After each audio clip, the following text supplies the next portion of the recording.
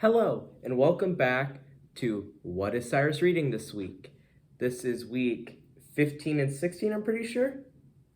But, anyways, let's start right into it. All right, first up, we got The Flash. Lightning Strikes Twice. This is the first Flash Rebirth title. And if you've ever seen The Flash on CW, you know that Godspeed is a character, and this is the book he's introduced in. But he doesn't get introduced to like the fifth or sixth one in here, so there's 8 in here, plus the Flash Rebirth special. So there's 9 comics in here, so it's a while to read. It's got Godspeed, of course, and there's this group that made the storm that gave Barry Allen his powers, and it's infected like a bunch of different people. So now there's a bunch of speedsters. And then there's this idea that started, I think, here, where if you run around a speedster and like beat their Speed Force's powers, you could get their powers. It's a lot. Yeah, it's a long read. I liked Godspeed. I thought Godspeed was a really interesting and cool character. He's about the only, he's kind of a saving grace of this. This book's kind of all in all like a 6. Like, Flashpoint's so much better. Read Flashpoint. Flashpoint's so good. All right. Next up, we got Batman White Knight. So the Joker goes sane after, being crazy and everything for a while. And he becomes Jack Napier, I think his name is. Oh, yeah, Jack Napier. And then it involves Nazis later on, like Mr. Freeze, Nazis, the Bruce Wayne's family. It's a weird book.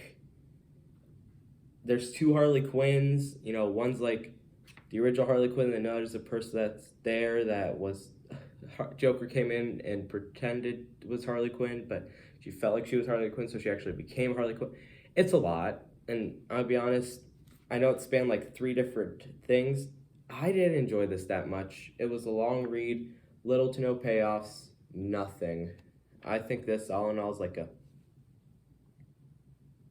3. Like, White Knight just wasn't that great. I really don't want to read this again, and the sequels have no interest in me anymore.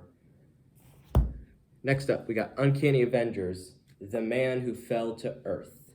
So, this takes place during standoff, but before Civil War II and Secret Empire.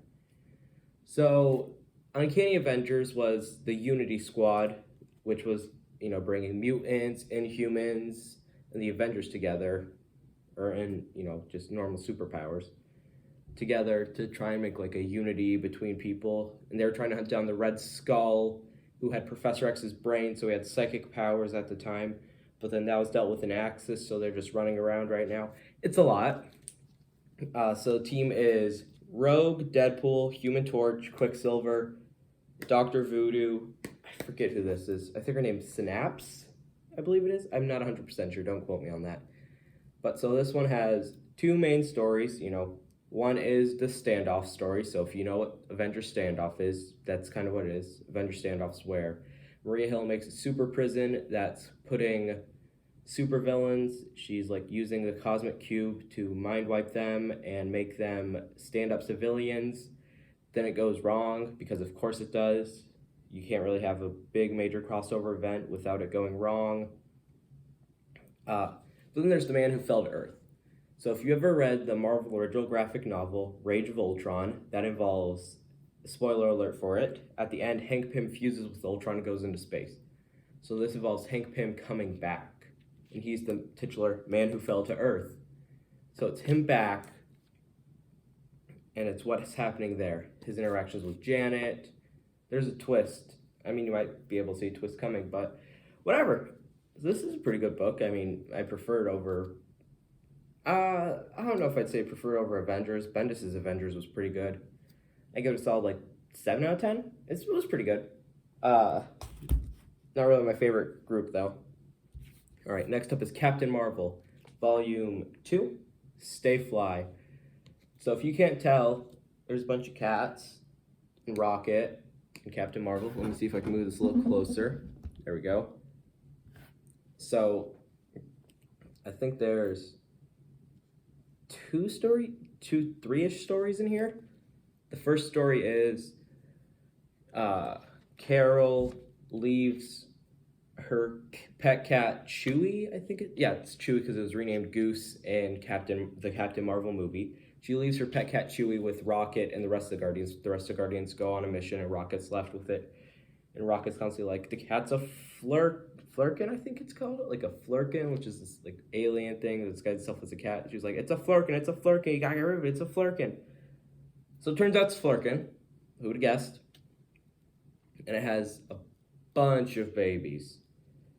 The second story is this pop star, I think her name is, I think she's been established before, Leela Cheney. I think she was one of the X-Men for a time. I don't really remember. I know she wasn't Dazzler. No, it's not Dazzler. So she's in a world where it's like, you always speak in rhymes, music people go, and she's set to marry someone, but she doesn't want to marry him, so drama comes from that. And then they go to Earth, and Captain Marvel learns that a swarm of rats had actually invaded Earth not too long ago, but they were dealt with by some of her friends, and so she does some Christmas stuff because it was a Christmas-themed issue. I mean, if you like Captain Marvel, this might be the book for you. I personally, not really a huge fan of Captain Marvel. She never really did anything for me. I like Miss Marvel, not Carol Danvers, Camilla Khan. So when they teamed up, that was great. But this itself is kind of meh. I like the Chewie storyline with the Flurkins. Besides that, there wasn't much substance to it, So I give it a solid 5 out of 10. Maybe pick it up if you like Captain Marvel. All right, next up is Ultimate Fantastic Four, Volume 11, Salem 7. So this one is just one clear storyline throughout the whole thing. And it involves this group called the Salem 7. And they are the premier superhero group for Salem. They come to New York, who would have guessed. And at the same time, Agatha Harkness, if you know which MCU product she's from, you'll know what she is. She's there, but she's like a pediatrician kind of thing for the FF, because apparently Carol Danvers sent her over from S.H.I.E.L.D. at the Triskelion. So, this involves a lot of mythology in it, which you wouldn't think, because there's Hydra's involved, Atlantis gets involved, Namor's there. It involves a lot, and it's just it's weird, man. And the Human Torch is used as a battery at one point. It's a lot of stuff you wouldn't expect, and I personally enjoyed it. I thought it was great. Not a huge fan of the Fantastic Four, but this was a real fun story, and it's only 54, 55, 56, 4 issues long. So it's a short story, a contained story, and it's pretty good. I give it a solid 8 out of 10. Pretty good Fantastic Four story if you just want to read some of them. Sucks that Reed Richards became the maker in that universe. All right, next up is Amazing Spider-Man, Unintended Consequences by Straczynski. So, I'm not the biggest fan of Straczynski's Spider-Man run. I know a lot of people are, but I don't really like it. It's got the same as Nick Spencer, where it's just no thanks. So, this one has two main storylines. First one is this mobster gamma irradiated zombie comes, and it was a bunch of mobsters that were killed, and they dropped a gamma bomb where they were killed without knowing, and they got remade as a zombie. So it's a storyline. It's not the best, not the worst either. It's there. Yeah, that's how most of Straczynski's run was. It was there. Then the second one is, which I found as a really cool storyline. It's a little girl who Peter and her kind of become friends, but she doesn't like Spider-Man because Spider-Man threw her brother in jail for carjacking. And so it shows the unintended consequences of Spider-Man and how her life's really become terrible because of it. and how he's trying to work to make it better, and how this, that. So I think it's a really good story. That second one's really good. The first one's kind of lackluster, and the first one takes up a lot of the runtime of this book, so I give it like a solid 6, maybe. If it was just that second storyline and like another storyline attached to it that was a little better, then it'd be much better. But just that first one was kind of blah. All right, next up is a 2 from the same series, so I'll do one at a time, but they really need each other to work. No, we'll do both of them at the same time. All right, we got Green Lantern, Intergalactic Lawman, and The Day the Stars Fell. It's by Grant Morrison, so you know it's got to do a lot of stuff. All right, so just going off the first one, you've got the idea of a negative lantern, the idea of Hal Jordan being a corrupt lantern, the dark stars. Dude, it's a lot. It really is. Then, like, I think there's robot lanterns in here at some point, and it goes off the rails. Where is it? Yeah, and then, like, and then, what's his face? Adam Strange, I think his name is? The one guy that, Freak. Adam Strange, yeah. So, it's a lot in one book for only 6 issues, and it's not the best to read. It's a drag. Like, literally, I was sitting there like, ugh, I'd rather read a lot more than this. I'd rather read Green Lanterns, because that was a much better Green Lantern run. So this, I give a solid, like, 4 out of 10. I didn't like this. This wasn't great. Next up, we got volume 2 of it. This was a little better. Like, this much better. Like, you see that? Like, not much. So this one kind of wraps up the stories. If you didn't know, at the end of the previous one, Hal Jordan gets locked in his ring because he stopped a bomb that would blow up the universe because it was built by the Dark Stars, which he joined, but to defeat Adam Strange, but he actually put him in a coma. But then it turns out he was actually the lantern that was betraying them and feeding information to the Dark Stars. But actually, it was set up by the Guardians, and the Guardians kicked him out because they wanted him to do that, and then he actually accidentally really did kill the guy that was trying to sell the planet Earth to people, and yeah. So, where was I? So he starts with him being in his ring, which is a pretty cool story. Then you go, and he escapes, and he's like, he has a classic Green Lantern and Green Arrow. Well, there's these like weird, tall, lanky Green Arrow and the Green Lantern. I'm trying to remember what they're called. What's his name? Zine Arrow, and there's Zine Lantern, and they are they're weird. They're like really weird. I don't know if they've ever been established before. They're just like really weird. Then next up, you got this one where it's like giant lava guys there, and he's fighting these guys. And then Hal Jordan meets up with lanterns from like all different parts of the multiverse. Like there's one that's like the 70s stoner guy. Then you got one that's like a necromorpher. Is that the one that can bring back dead people? But then it's a lot. And they all team up, and they eventually defeat, like, you know, the negative lantern or whatever. No, it's the antimatter lantern. That's what it is. And then you've got the final story, which was an annual. And I was worried that the annual would make this way more complicated. It didn't. It's a small little story about these little alien creatures based on electricity that come to Earth, and they fight Hal Jordan, and one of them joins Green Lanterns. That's it. So if the annual's good, the rest of it's kind of bad. So Grant Morrison's run on Green Lantern, this book's a 4 out of 10. The whole thing is like a 3 out of 10. Don't pick these up unless you want to be sitting there for 2 hours thinking about every single page. Next up, we got Jessica Jones Alias by Bendis. This was it's 1 through 9, so it's the first appearance of Jessica Jones. This is before it gets into the Purple Man stuff, and if you know who the Purple Man is and what he did to Jessica Jones, you know it's a lot.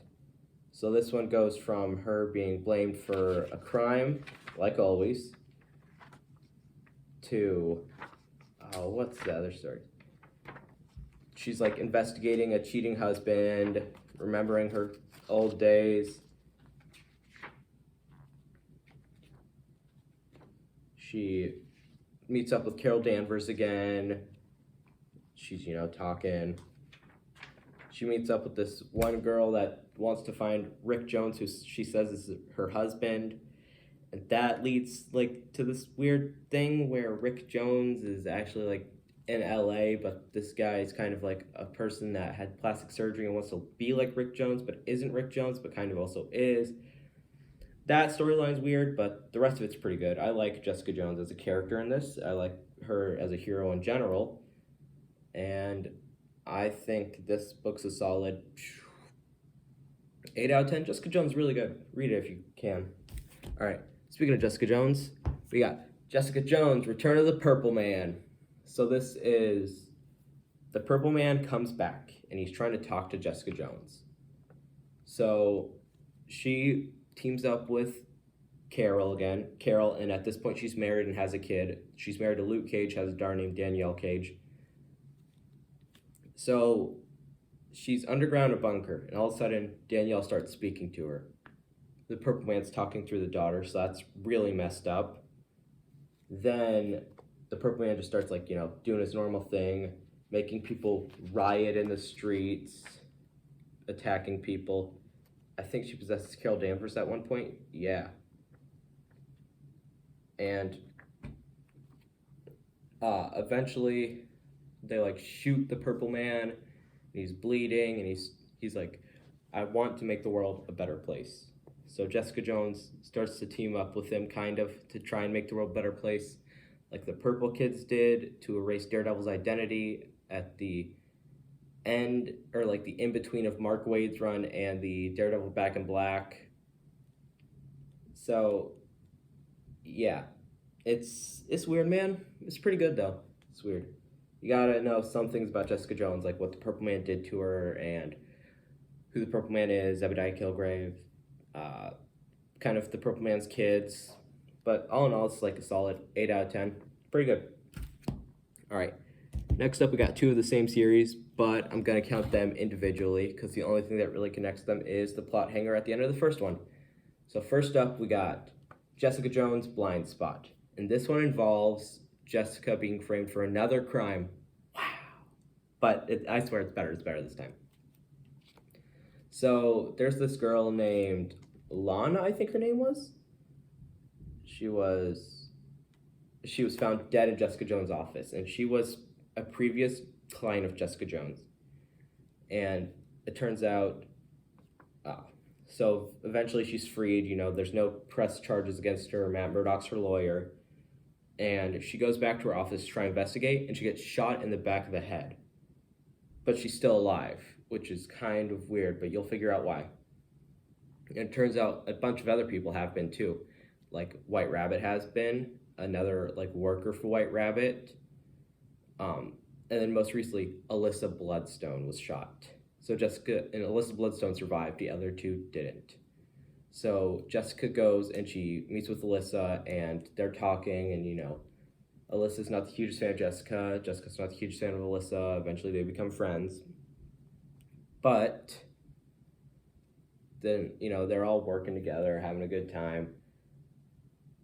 Then it starts to get into reality warping, and it's a wild and crazy ride near those final 2 issues of this story, and it's so good because you got an evil and good version of a character, reality warping, people not dying but then really dying, and then kind of in between dying.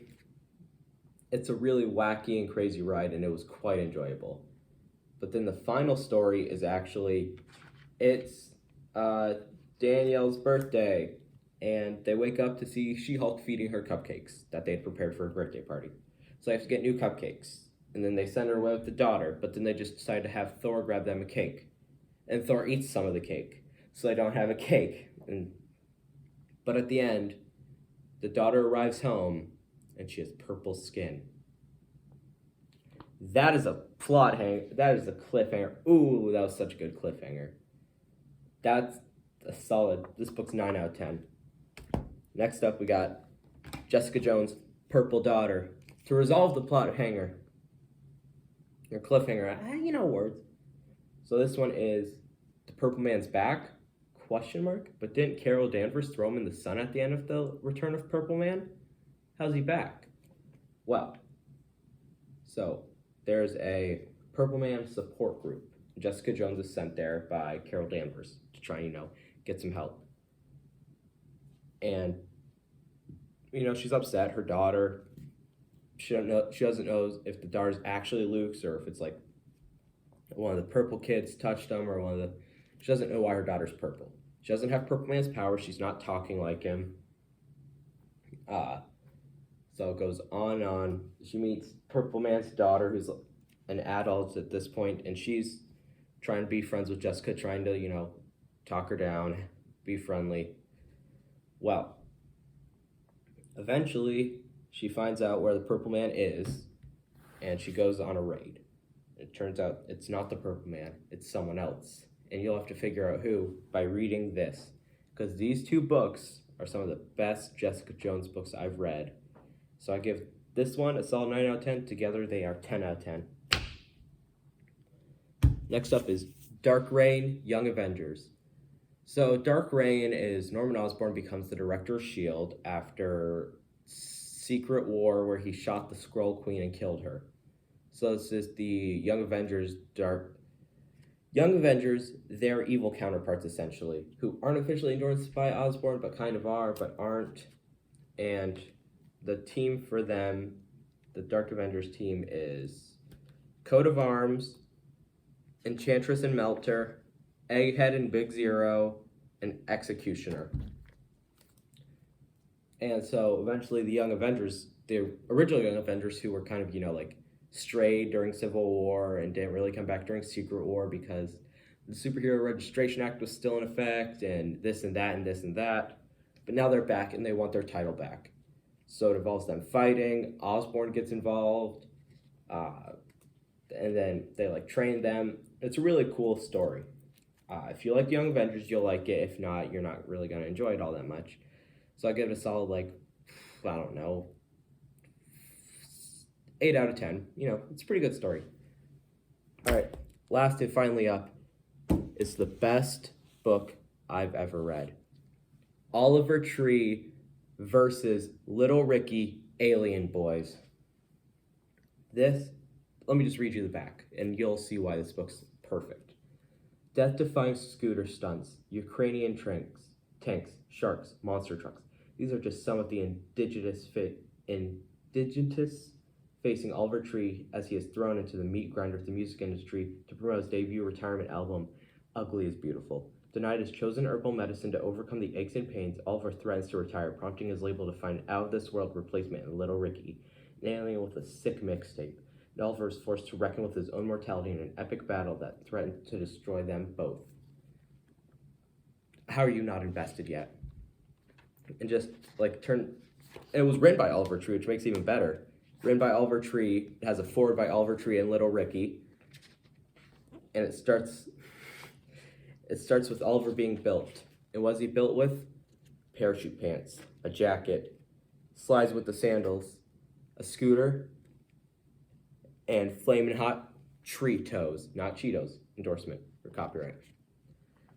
That leads to this and that. It turns out he's built by an alien music company, which is just his really regular music company that he's taking the piss on to just be like, haha, I hate you guys. And they're like these aliens that live on this far-off world that's polluted, and it shows some of the music videos, in Hurt, when he gets like blasted in the head by the tank and like the birds fly out.